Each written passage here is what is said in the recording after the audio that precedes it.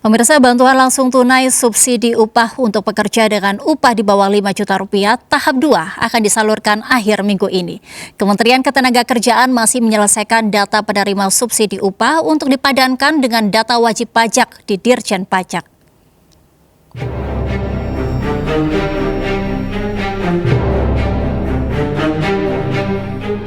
Subsidi gaji untuk pekerja dengan penghasilan di bawah 5 juta rupiah tahap kedua segera disalurkan akhir minggu ini. Saat ini Kementerian Ketenagakerjaan masih memproses pendataan data penerima subsidi yang disesuaikan dengan data wajib pajak Direktorat Jenderal Pajak Kementerian Keuangan. Langkah ini sesuai arahan KPK agar penerima subsidi gaji sesuai dengan data wajib pajak di Kementerian Keuangan. Diperkirakan proses pendataan tuntas Jumat sudah selesai, sehingga subsidi bisa disalurkan akhir minggu. Mudah-mudahan hari ini atau besok bisa selesai. Begitu selesai data itu dikonfirmasi oleh DJP, mudah-mudahan waktunya 3 hari lagi ya. Mudah-mudahan minggu ini benar-benar bisa tersalurkan untuk tahap keduanya. Bantuan subsidi upah tahap pertama senilai 1,2 juta rupiah per pekerja untuk bulan September dan Oktober. Dengan jumlah penerima 2,4 juta orang. Dari Jakarta, Muhammad Olga, iNews melaporkan.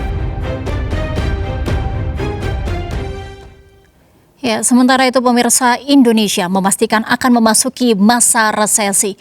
Badan Pusat Statistik BPS mengumumkan pertumbuhan ekonomi kuartal ketiga minus 3,49%. Artinya dalam 2 kuartal berturut-turut tingkat ekonomi Indonesia menurun. Indonesia memasuki masa resesi.